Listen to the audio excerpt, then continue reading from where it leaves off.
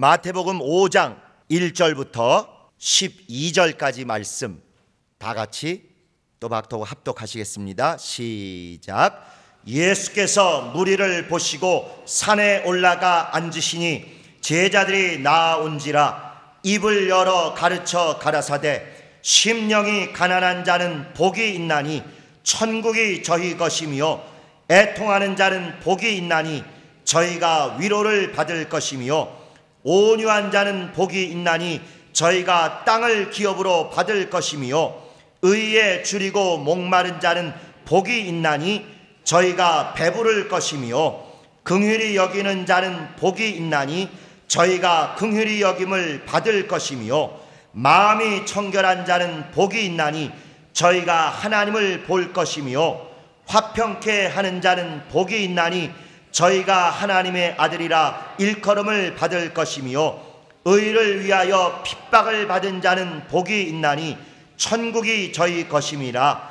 나를 인하여 너희를 욕하고 핍박하고 거짓으로 너희를 거스려 모든 악한 말을 할 때에는 너희에게 복이 있나니 기뻐하고 즐거워하라. 하늘에서 너희의 상이 큼이라. 너희 전에 있던 선지자들을 이같이 핍박하였느니라. 아멘. 퐁당퐁당 마태복음 두 번째, 모세와 예수 그리고 온유와 땅 기업, 이 제목으로 이 말씀을 같이 상고했으면 좋겠습니다. 땅 얘기 나오니까 대번 땅 투기가 떠오르시거나 10억짜리 아파트가 아른아른 하시는 분들은 이 말씀을 제대로 읽으신 건 아닙니다. 이 내용 어렵지 않죠?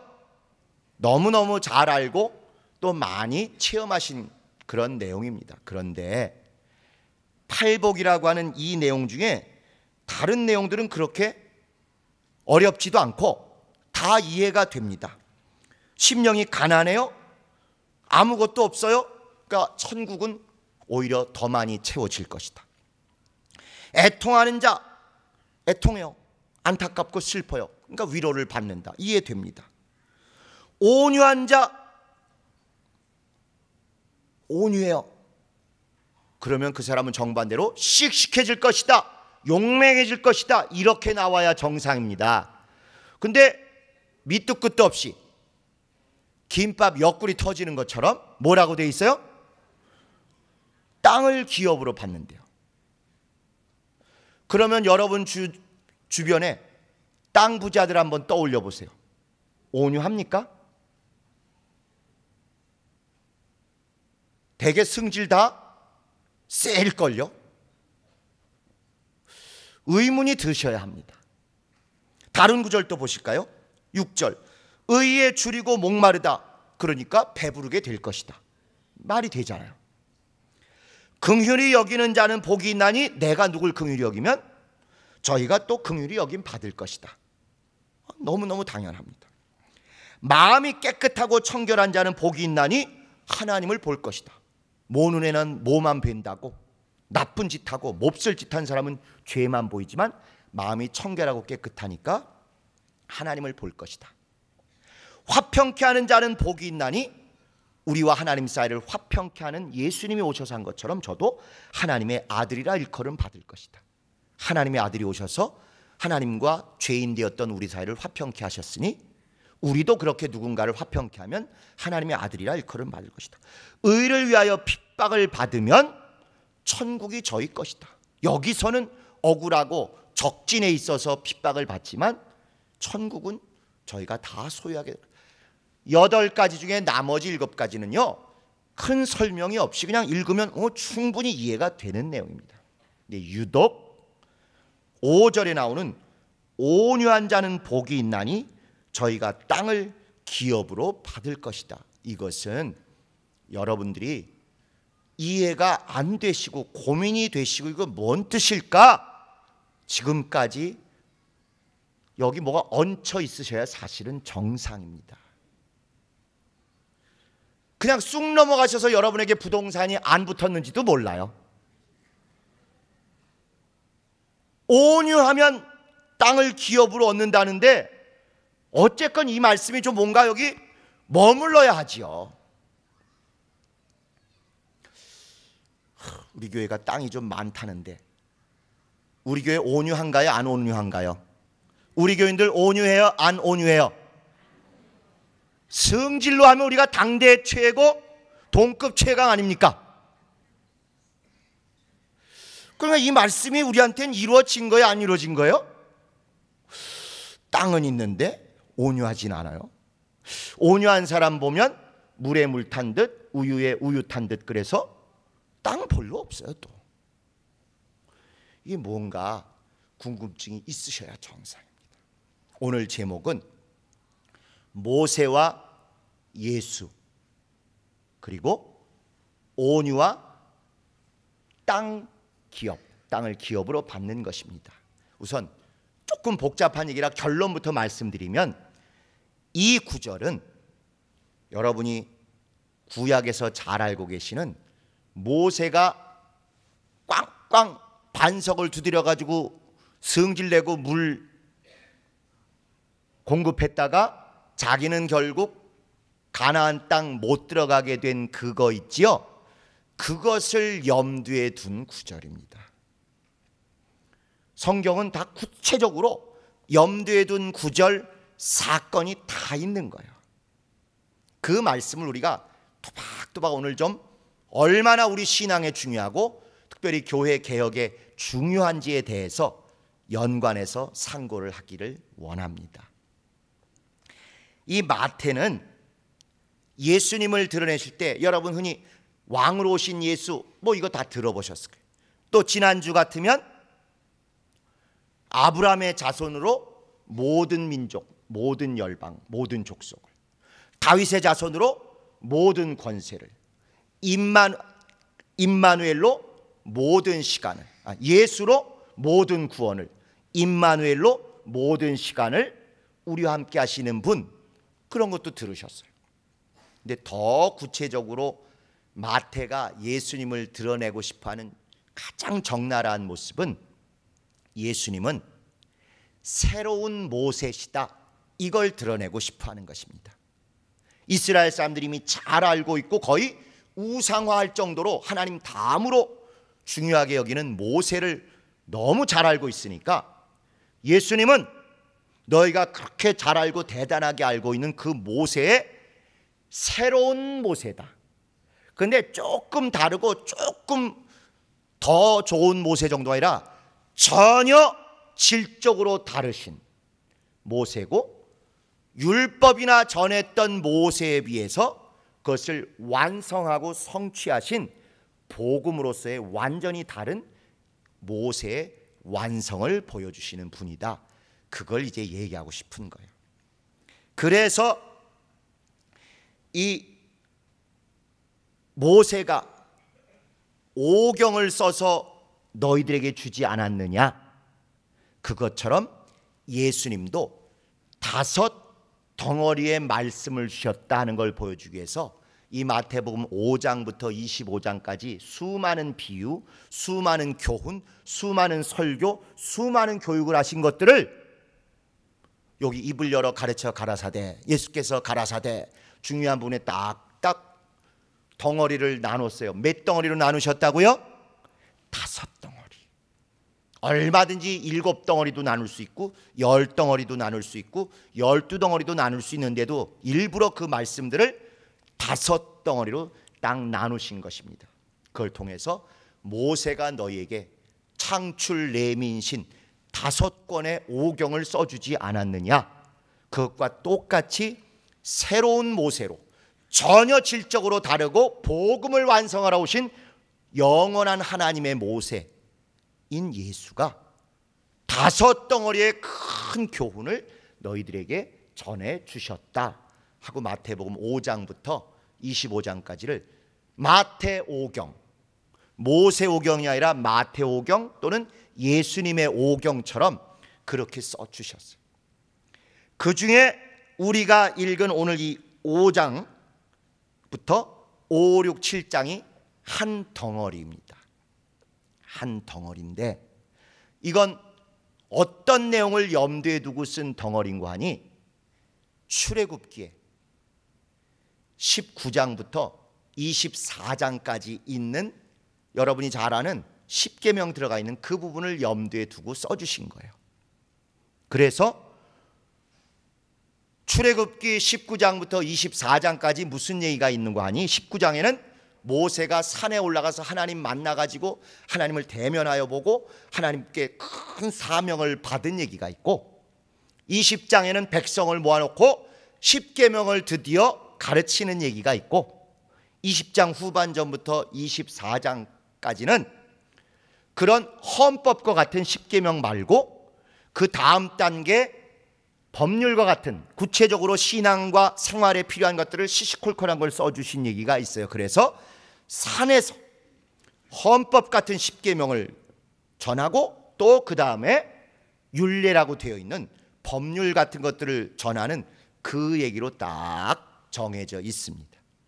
산, 십계명, 헌법, 그리고 율례라고 거긴 써 있지만 법률 같은 신앙과 생활에 관계된 것들을 자세히 써놨습니다.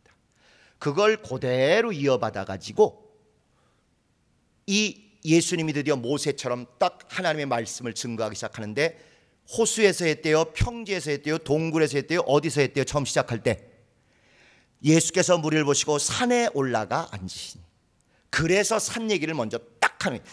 유대인들은, 초대교인들은 산에서 말씀을 전파하기 시작했다 그러면 긴 설명이 필요 없이 그냥 딱 알아듣습니다. 모세가 산에서 하나님 말씀 받아서 내려와 우리에게 전하듯 산에서 하나님 말씀을 전하고 있구나, 이걸 딱 안다는 거예요.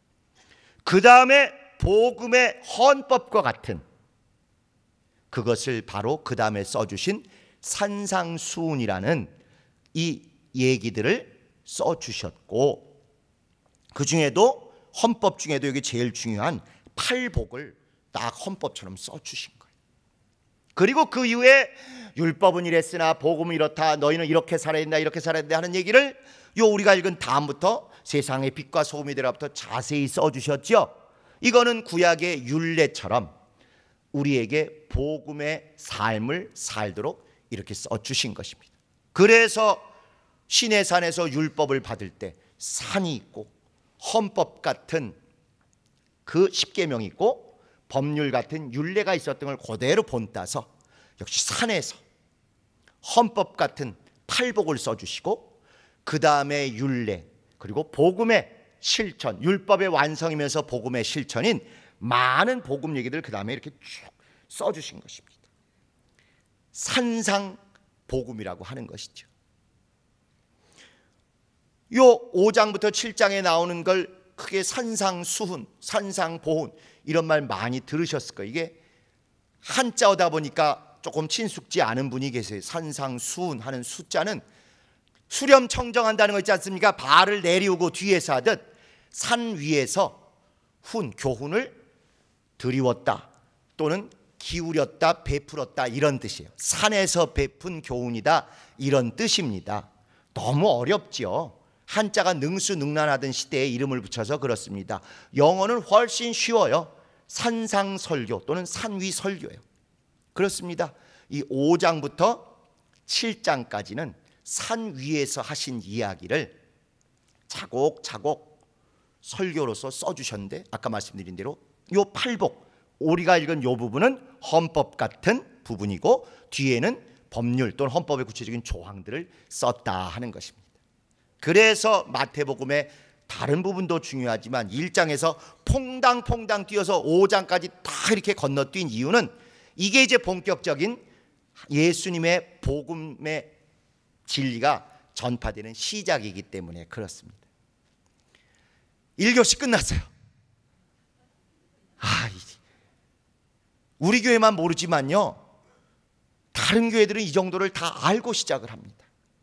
제가 지난주에 500명, 1000명 있는 교회는 다 안다 그랬더니, 아니 500명, 1000명을 왜 굳이 얘기하냐 그러는데, 그만큼 아주 작은 교회는 아니더라도 조금 교회가 체계가 잡힌 교회들은요, 성경을 정말 꼼꼼히 체계적으로 배우는 프로그램이 있고, 또 그걸 배우고 그 위에 올바른 성경 지식의 영감과 진실과 헌신, 이게 있기 때문에 건강한 교회가 되는 것입니다.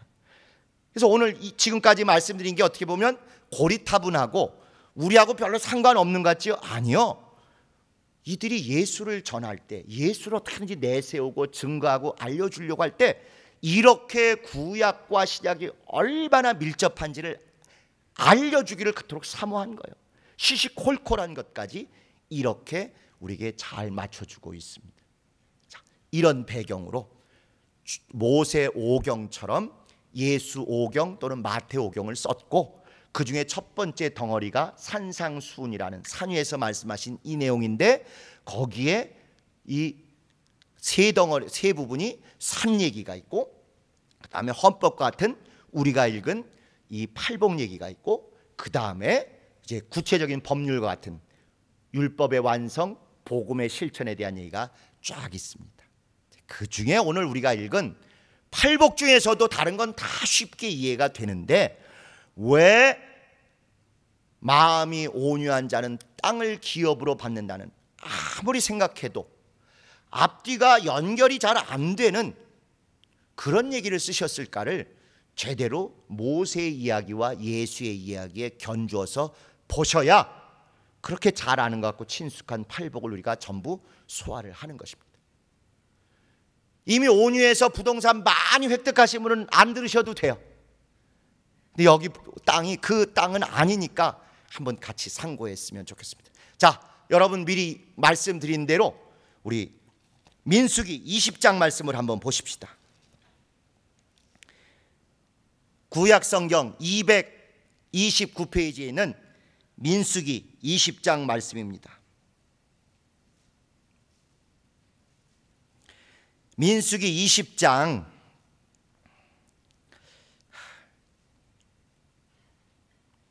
조금 시간을 절약하기 위해서 7절부터 13절까지 같이 읽으시겠습니다. 시작. 예수께서 모세에게 일러 가라사대 지팡이를 가지고 내 형 아론과 함께 회중을 모으고 그들의 목전에서 너희는 반석에게 명하여 물을 내라 하라. 내가 그 반석으로 물을 내게 하여 회중과 그들의 짐승에게 마시울지니라. 모세가 그 명대로 여호와의 앞에서 지팡이를 취하니라. 모세와 아론이 총회를 그 반석 앞에 모으고 모세가 그들에게 이르되 패역한 너희여 들으라. 우리가 너희를 위하여 이 반석에서 물을 내랴 하고 그 손을 들어 그 지팡이로 반석을 2번 치매 물이 많이 솟아나오므로 회중과 그들의 짐승이 마시니라.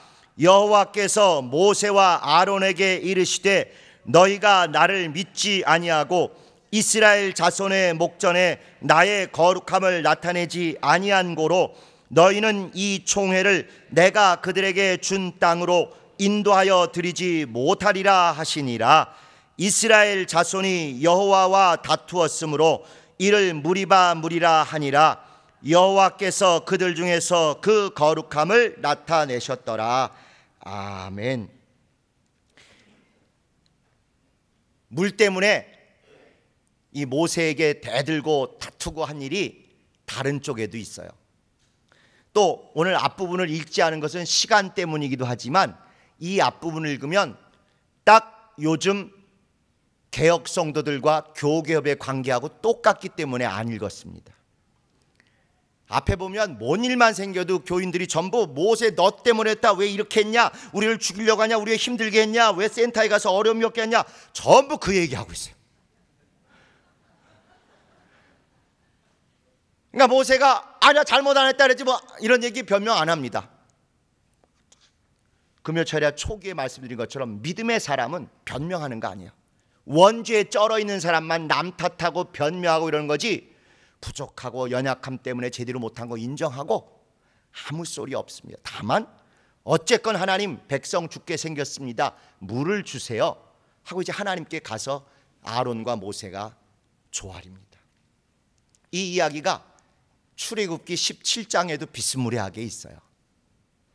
그런데 왜 이런 이야기들이 꼭 비슷한 얘기들이 2번 또는 3번씩 있는가? 너무너무 당연합니다. 그 앞에 이야기들은 전부 부모 세대 이야기예요. 이건 또 자녀 세대 이야기입니다. 요 사이에 40년, 구체적으로 얘기하면 38년쯤이 지나갔어요. 그러니까 애굽에서 나온 부모 세대를 출애굽 세대라고 합니다. 그리고 광야에서 새롭게 태어난 세대를 광야 세대라고 해요. 아시는 대로 출애굽 세대는 가나안 정탐 잘못해가지고 다 죽었지 않습니까? 그거 죽는 기간을 벌기 위해서 하나님이 일부러 40년을, 구체적으로는 38년을 광야에서 뺑뺑뺑뺑 돌면서 다 죽여버리셨어요. 그런데 참 이게 영적 존재들이고 영적 생활이다 보니까 부모들이 저질렀던 범죄와 사건, 사고는 어떻게 그렇게 자녀들 세대도 똑같이 저지르더라 하는 것입니다.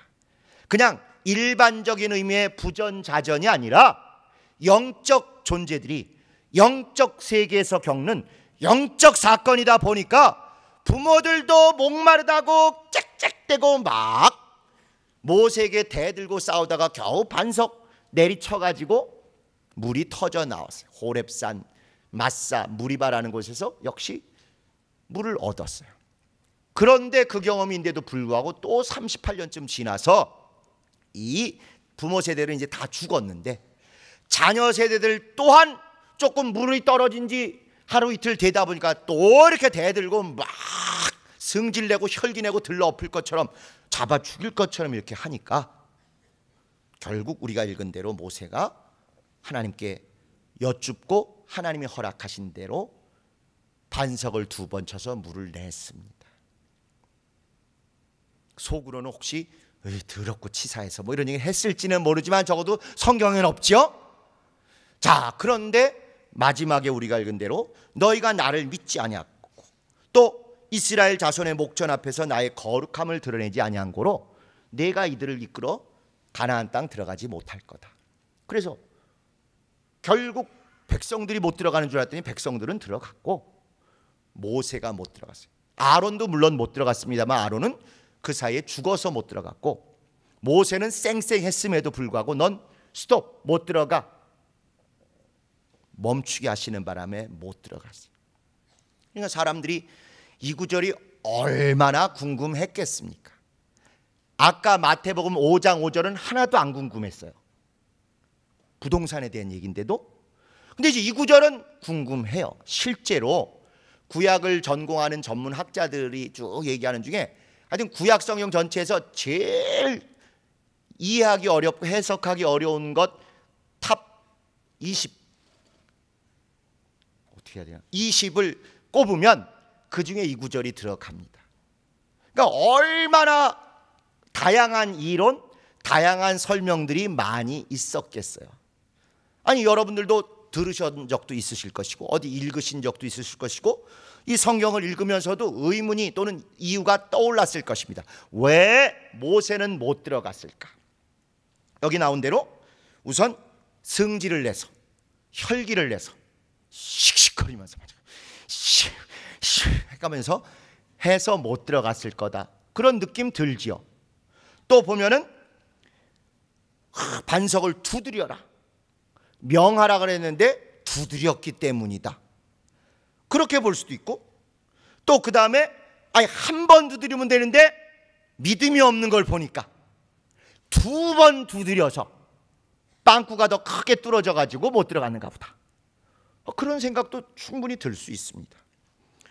또 보면은 하나님이 내셔야 되는데 우리가 너희를 위해서 내랴? 우리가 뭐만 해도 내가 했다는 사람처럼 우리가 막 이렇게 했기 때문에 하나님의 거룩함을 드러내지 않은 것 아니냐, 그런 해석을 하는 학자들도 있고 또 우리가 너희를 위하여 이 반석에서 물을 내랴?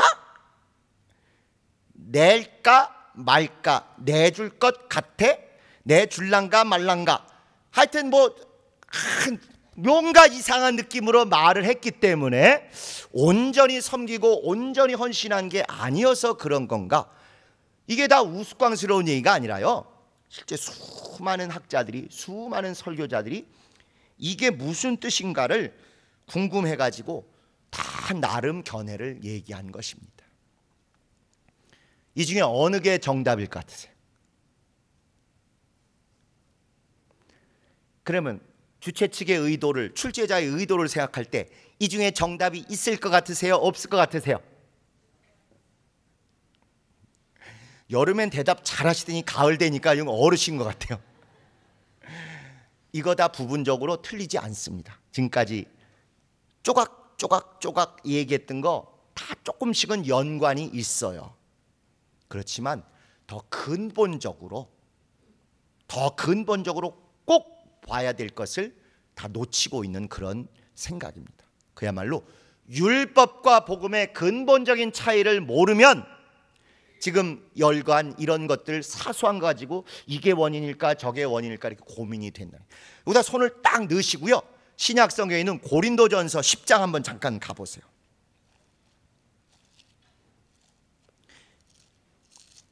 신약 성경 고린도전서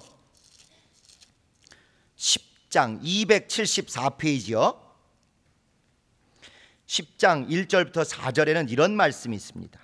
형제들아, 너희가 알지 못하기를 내가 원치 아니하노니. 되게 말 복잡하게 해요. 형제들아 이거 좀 알아라 이러면 될 거를 너희가 알지 못하기를 내가 원치 아니하노니, 우리 조상들이 다 구름 아래 있고 바닷 가운데로 지나며, 출애굽할 때 얘기해요. 구름 기둥 아래 있었고 바닷 가운데로 지나며 모세에게 속하여 다 그 구름 아래와 바다 가운데서 침례를 받았다. 또 다 같은 신령한 식물 만나를 먹으며 다 같은 신령한 음료 반석에서 나온 물을 마셨으니 이는 저희를 따르는 신령한 반석으로부터 마셨음에 그 반석은 곧 그리스도시니라. 이게 구약을 해석하는 원리를 우리에게 설명해 주는 것입니다. 출애굽한 것 자체도 구체적으로 알아야 되지만 그것의 신약적인 의미, 그것의 복음적인 완성, 그것의 영적인 실상이 무엇인지를 확실히 알고 구약을 이해하라는 것이죠. 그래서 구름 기둥, 불 기둥, 또 물 가운데 지나고 이런 것들이 단순히 어떤 신기한 체험을 한 게 다가 아니라 실상이신 예수 그리스도의 은혜와 진리를 알게 하는 예표였다. 구름에 인도받고 마른 땅을 건너면서 물과 물 사이에, 우리가 물벽 사이를 건너면서 물 안에 완전히 잠긴 것 같은 침례를 받은 것이다. 그리고 예수의 살과 피를 먹고 마시는 것처럼 만나를 먹고 반석에서 나오는 그 물을 마심으로 말미암아 우리가 예수의 살과 피를 기념하였고, 또 예수로 아주 신령한 음료수를 삼아서 먹었다. 그리고 그거는 비유에 그치는 게 아니라 그 반석은 바로 예수님이다 하고 딱 써놓은 것입니다. 그래서 예수님은 십자가에 죽으실 때 반드시 피만 흘리셔서 되는 게 아니라 반드시 옆구리에 빵꾸가 뚫리셔야 되는 거예요.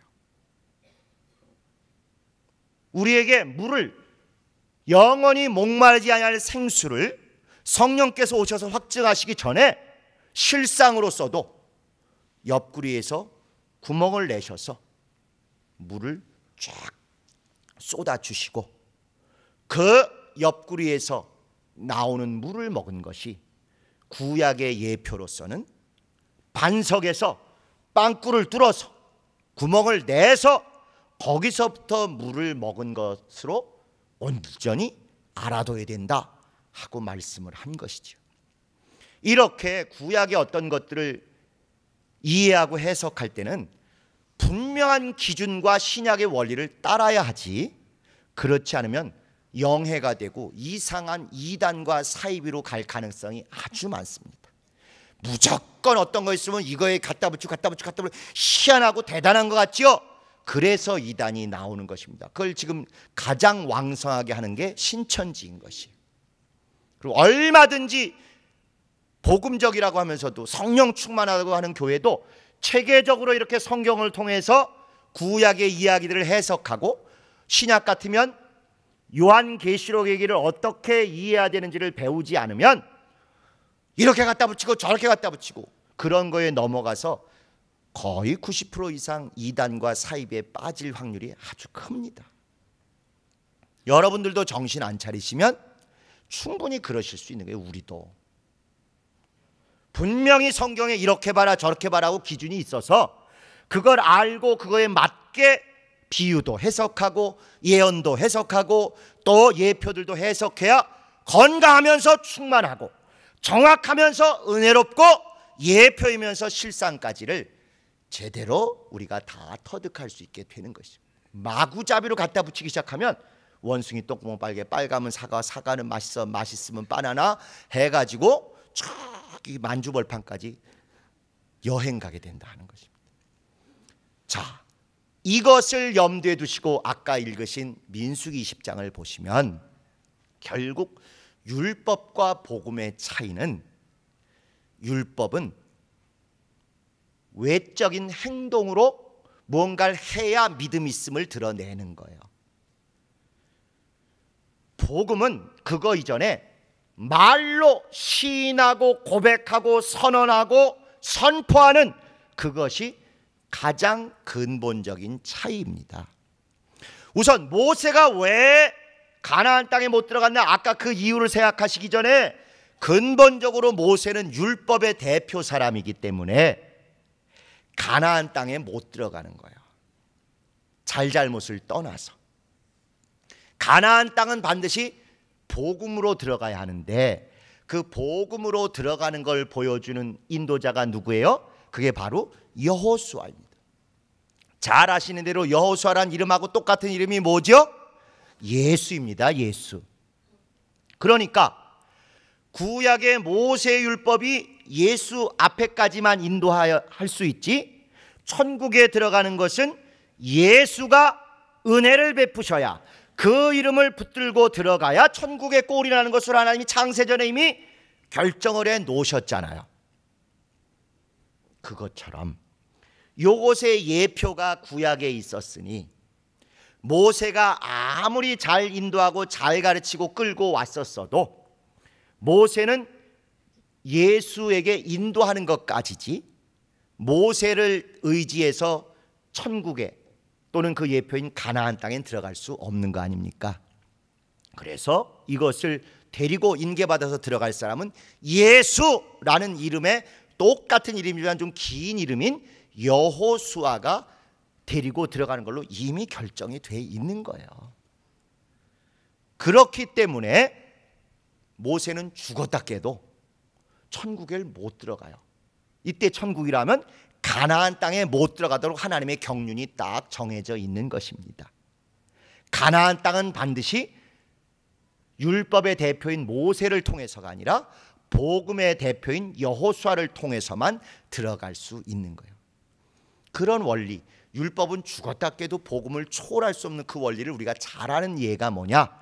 바로 침례 요한과 우리와의 관계입니다. 침례 요한이 경건해요? 우리가 경건해요? 침례 요한이 우리보다 100배 경건하죠. 침례 요한이 충만해요? 우리가 충만해요? 침례 요한은 믿음이 충만하고 우리는 혈기가 충만하고. 인간적으로 보면 비교가 안 돼요. 그런데 예수님은 딱 뭐라고 정의 내리셨어요? 침례 요한이 아무리 죽었다 깨도 여자가 낳은 자 중에는 최고이겠지만 복음으로 낳은 자 중에는 제일 낮은 사람보다도 바로 밑이다, 이것입니다. 그게 율법과 복음의 가장 근본적인 차이예요. 복음의 사람이 더 훌륭하고 율법의 사람이 덜 훌륭해서 차이가 나는 게 아니고 아주 원천적으로 율법에 속한 자는 복음에 속한 자보다 영적 차례에서 낫다라고 정하신 거죠. 지금 우리가 여기 3층이잖아요. 3층. 그리고 요 밑에가 2층 1층입니다. 여기 있는 우리는 아무리 여기서 겸손하게 바닥에 엎드리고 누워도 2층에 있는 사람보다 낮아요, 높아요? 높아요. 2층에 있는 분들 머리 위에서 노는 자들이에요. 우리가. 이해되시죠? 아예 층이 다르다 보니까 2층에서 아무리 키 크고 폴짝폴짝 뛰어도 3층 바닥도 못 된다. 3층에서 아무리 자빠지고 되치고 맺히고 뒹굴어도 2층보단 다 위고 2층 사람 머리 위에 군림하고 머리 위에서 노는 분들이 되는 거예요. 율법과 복음의 근본적인 차이가 바로 이것입니다. 율법이 아무리 대단해도 그것으로 자동으로 위로 올라가는 게 아니라 여긴 꼭 예수로, 은혜로, 복음으로 올라가는 것이죠. 그래서 모세가 아무리 대단해도 자기의 제자고 자기의 시종이고 자기가 가르친 자라 할지라도 역할에 있어서는 여호수아보다 미친 것입니다. 모세는 율법의 대표로 백성을 가나안 땅 입구까지만 인도하는 역할이고 들어가는 역할은 주어지지 않은 것이죠. 여호수아는 이걸 인수인계 받아서 드디어 가나안 땅으로 들어가는 역할을 감당하는 복음의 역할이 바로 여호수아입니다. 그러니까 아쉽고 안타깝지만 근본적으로 하나님의 경륜 때문에 모세는 가나안 땅에 들어갈 수 없게 되어 있었어요. 그런데 그 경륜이 있다고 또 억지로 무작정한 게 아니라 구체적인 사건 사고까지도 겪는 거예요. 경륜도 있지만 섭리 가운데 자기가 선택도 하기 때문에 좋은 경륜에 대해서 선택하면 훌륭하게 쓰임 받는 것이고, 가룟 유다 같이 나쁜 경륜에 나쁜 것을 선택하면 나쁘게 또 멸망하는 것처럼 모세는 근본적으로 율법의 역할을 하는 것까지만 하게 돼 있는 것입니다. 그런 의미에서 여기 나온 얘기를 율법과 복음의 안경으로 이렇게 다시 보셔야 되는 거예요. 하나님이 말씀하신 건 간단해요. 지팡이 갖고 그 다음에 가서 명하라는 거예요. 명. 율법은 행동하고 움직이고 이렇게 해야 겨우 커트라인에 가는 정도지만 복음은 믿고 받아들여서 시인하고 고백하고 선포하면 그걸로 완성이 되는 것입니다. 그래서 반석아 물을 내라 이렇게 명령하라고 말씀하시면 글자 그대로. 그런데 모세는 과거에 출애굽기 17장에 해본 경험이 있다 보니까 그걸 반복했어요. 출애굽기 17장은 또 이것에 비해서는 또 율법이에요. 이건 복음을 가르쳐 주신 것이고, 그래서 출애굽기 17장에는 아예 명령을 이렇게 해서 반석을, 지팡이를 가지고 반석을 두드려라 하고 말씀을, 행동을 하라는, 율법적으로 뚫어내라는 것입니다. 그런데 여기는 명하라는 거예요. 복음적으로 하라는 것입니다. 복음적으로. 그랬는데 모세가 혈기도 났고 밉기도 했고 뭔가 자기가 이들 앞에 너무 지금 무시당하는 것 같아서 한번 대단한 걸 보이기도 싶었고, 승질도 나니까 한번 뚫어서는 안 될 것 같고 그냥 홧김에 다다다다다다닥 몇 번 두드리기도 싶었고, 해줄까 말까 해줄까 말까, 내가 우리가 하나님 말고 내가 할까, 또 물을 내랴 내줘 말어 낼란가 말란가, 이런 복잡한 심리, 인간적인 마음들이 다 여기 들었던 거예요. 그러면서 결국은 명령만 해도 됐던 것을 꽝꽝 2번이나 쳐가지고 뚫었죠. 결과적으로 보면 혈기도 냈고 교만도 했고 하나님을 제껴놓고 자기를 내세우기도 했고 미움도 있었고 줄까 말까 낼까 말까 하는 갈등도 있었고 만감이 교차하는 가운데 실수는 했어요. 근데 그 실수를 통해서 결국 반석이신 예수를 뚫는 일은 한 거예요. 십자가에서 죽으실 예수, 그분의 옆구리를 로마 병사가 조롱하면서 약 올리면서 빨리 죽여야 우리가 가서 쉴 텐데 목숨이 계속 붙어 있으면 우리가 못 쉬니까 에라 빨리 죽어버려라, 하여튼 그런 온갖 못된 마음으로 뚫었다 이거예요. 인간적인 마음을 가지고 창으로 예수의 옆구리를 찔러 구멍을 내고 물이 쏟아지게 했습니다. 악행을 했죠. 그러나 그것이 하나님의 의도를 이루고 예수의 의를 이루어서 그 옆구리로 우리를 살리는 생명의 물을 쏟아놓게 하셨어요. 그 비유로서 모세도 마찬가지로 승질 때문에 혈기 때문에 약 올라서 화딱 지나가지고 그냥 자랑하고 싶어서 온갖 인간적인 요소들이 다 있는 거 틀리지 않는데 결국 반석을 두드려 뚫어냄으로 말미암아 예수의 옆구리를 뚫는 십자가 죽음의 예표를 온전히 이루어낸 것입니다. 이래서 하나님이 하신 일이 무시무시하다는 거예요. 하나님은 자신의 일을, 당신의 일을 조금도 손해보지 않고 뚜벅뚜벅 경륜을 이렇게 이루어 가십니다. 그 와중에 인간들은 지승질, 자기 생각, 자기 욕심, 자기 판단 가지고 쓸데없이 또는 과도하게 일절 마구하는 가운데 자기는 자기 실수 때문에 이렇게 망하지만 하나님은 그의 죄, 그의 악, 그의 잘못, 그의 부족함까지 이렇게 사용하셔서 반드시 옆구리에 뚫려서 물을 쏟고 죽으셔야 될 그분의 아들의 일까지를 완성하십니다.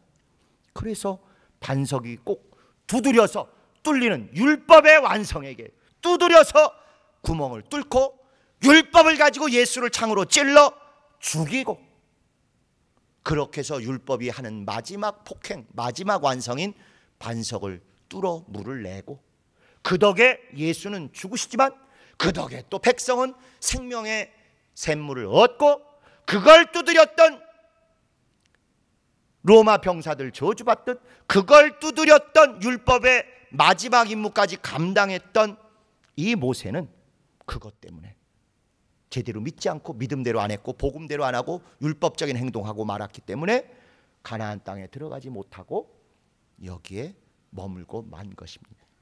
이걸 염두에 두고 온유한 자만이 땅을 얻을 수 있다는 거예요. 그냥 아무 땅이나가 아니라 가나안 땅을 얻으려면, 가나안에 들어가려면, 천국에 예수 공로가 아무리 있어도 천국에 제대로 들어가려면, 끝까지 성공하여 들어가려면 온유함이 없이 혈기나 잔머리나 꼼수 가지고는 들어갈 수 없다는 것입니다. 왜 허구 많은 사람들이 억울한 모세를 가지고 이 얘기를 했겠어요? 율법의 완성체이기 때문에. 그리고 모세는 바로 온유함의 성공과 실패를 모두 보여주는 대표적인 사람이기 때문에 그렇습니다. 기억하시죠? 모세가 왕자로 있을 때 건축을 책임지는, 우리로 치면 십장 아닙니까? 건축 감독관이 누구 좀 야단치고 혼내고 그러니까 욱해가지고 그냥 자기가 권세자니까 말로 꾸짖어도 되는데 욱해가지고 쳐 죽이죠. 나중에 그게 발각돼가지고 광야에서 처갓집에 40년을 얹혀 사는 그 일을 합니다. 혈기하면 한 혈기하는 사람이에요. 모세가 그냥 보는 즉시 주먹으로 내쳐서 사람을 죽일 정도의 혈기왕성한 사람입니다. 제가 아무리 이렇게 봐도 여기 그런 분은 안 계시네.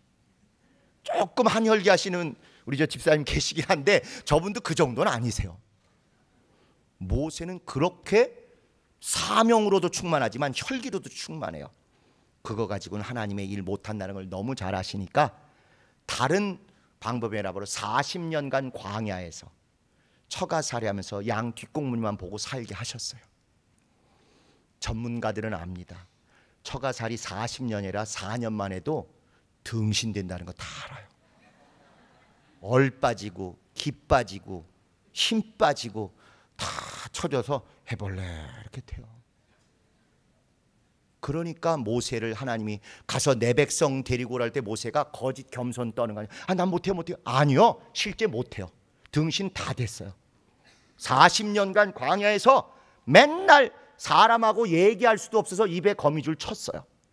맨날 양들 데리고 다니면서 뒷공무니 보고 잘 먹나 못 먹나 입 보고 똥 싸는 거 보고 제대로 소화했나 안 했나 그것만 보고 40년을 살고 저녁에 돌아오면 모서방 들어왔나? 네. 양 다 넣었지? 네. 잃어버린 놈 없지? 네. 그럼 발 닦고 밥 먹게. 그렇게 얹혀서 40년을 살았어요. 다 경험자는 아는 것입니다. 그 혈기왕성, 내 백성을 구해야 된다, 나는 왕자이기도 하다, 사명도 충만하지만 혈기왕성해서 주먹으로 때려줄 정도의 자는 양을 치는 목자의 자질이 없는 것입니다. 사명이 중요한 게 아니라 이걸 못 다스리면 그걸 할 수 없다는 거예요.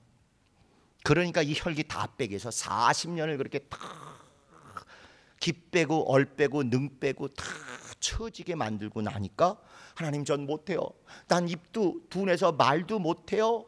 막 이러니까 네 형하고 같이 가서 하면 된다.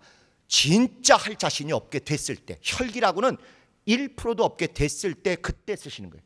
내 일은 힘이나 능이나 혈기로 되는 게 아니다. 그래서 모세를 딱 쓰실 때 가장 최고의 칭찬을 민수기 12장 3절에 쓰셨어요. 이 사람 모세는 온유함이 지면의 모든 사람보다 승하니라. 모세가 뭐 왕자로 큰 교육받았다, 광야를 잘 알아서 출애굽할 때 인도를 잘했다, 뭐 다 나름 부분적으로 도움이 되지만요, 모세를 이스라엘 백성을 끌어내는 인도자로 쓰신 이유는 딱 그거예요. 이 사람 모세는 수백만이라도 능히 끌어갈 수 있도록 온유함이 지면에, 지구에 있는 어떤 사람보다 온유함이 승한 사람이기 때문에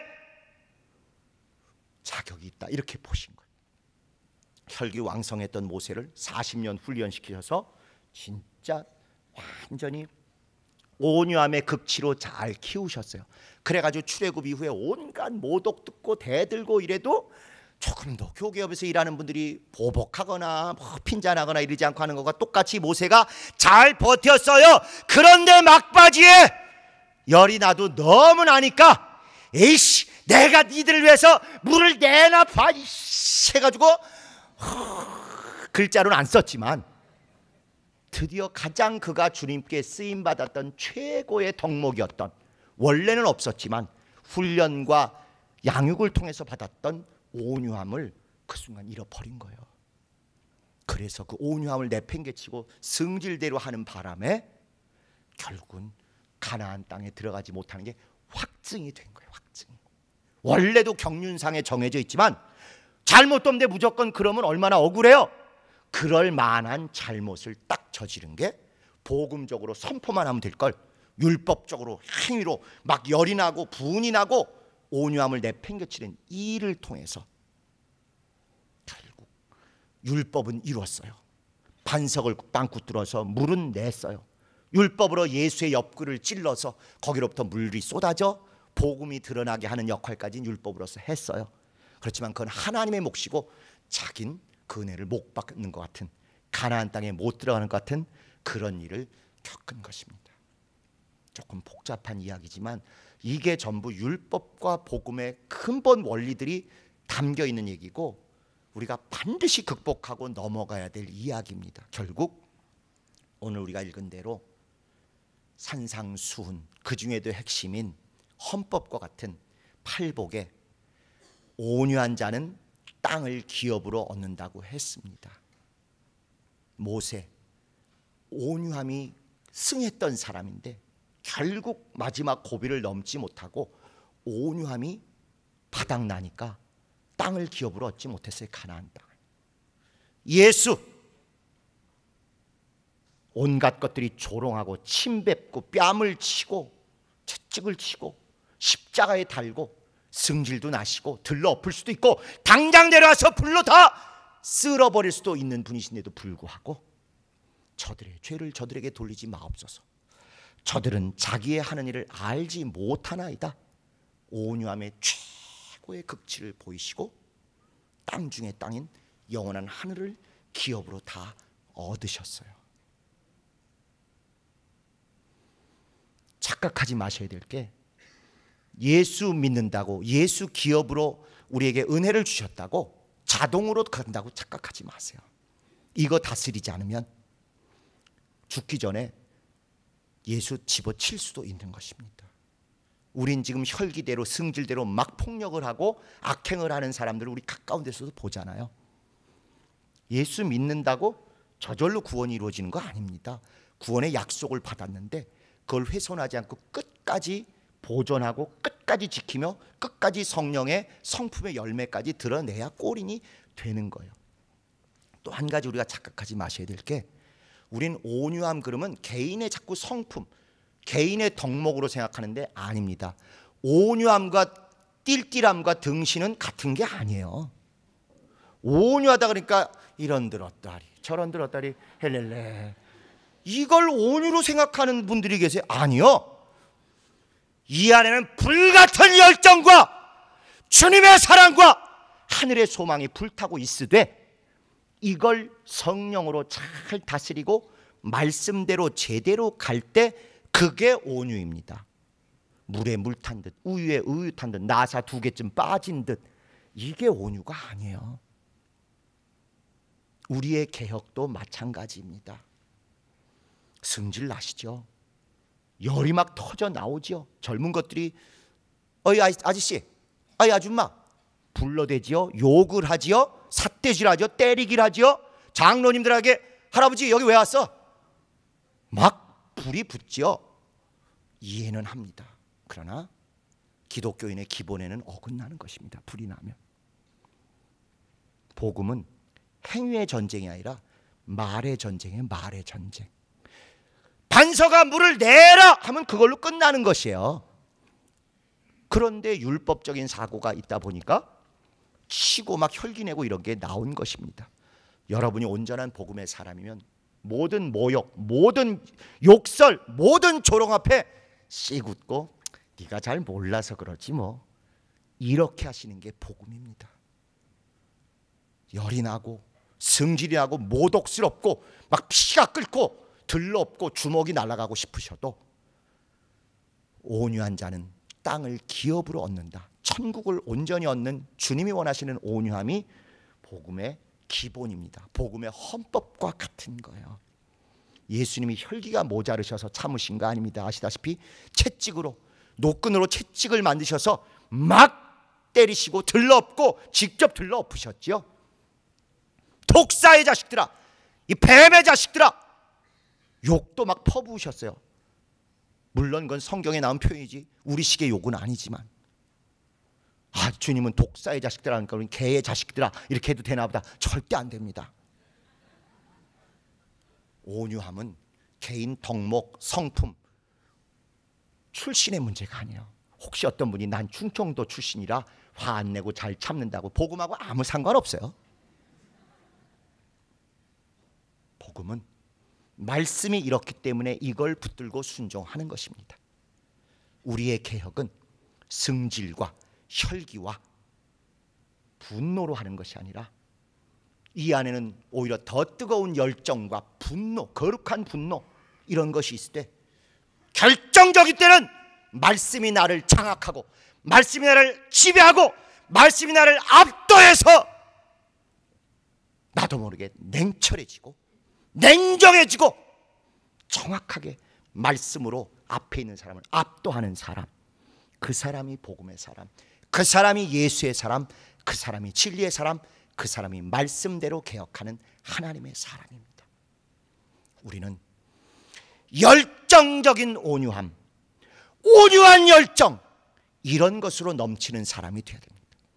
누구보다 뜨거운 열정과 열심과 거룩한 분노와 애통함과 피가 끓는 그런 능력도 있으되 정말 주님의 말씀 앞에 또 냉철하게 교인을 지키고 교회를 지키고 개혁을 이루기 위해서는 얼음덩어리처럼 차갑게 정신 차리고 혀를 깨물고 이를 악물고 절대 폭력이나 충돌을 넘어서서 씩 웃고 예수만이 우리의 주인이다, 김씨가 아니다, 이런 정도로 또박 천천히 눈을 마주보고 복음의 메시지, 옳은 말들을 하실 때 그때 주님이 인정하시는 말씀에 바로 선 신앙, 온유함으로 땅, 곧 영원한 하늘을 기업으로 얻는 그런 영광에 이르게 될 것입니다.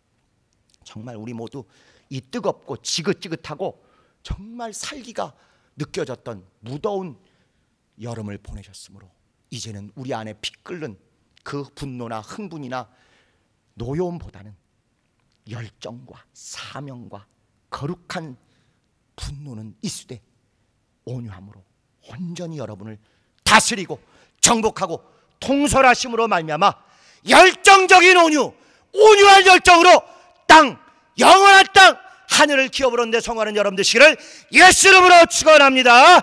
우리 주님의 이름을 마음껏 부르면서 통성으로 우리 온유함으로 복음에도 승리하고 상급에도 승리할 수 있도록 통성으로 기도하시겠습니다.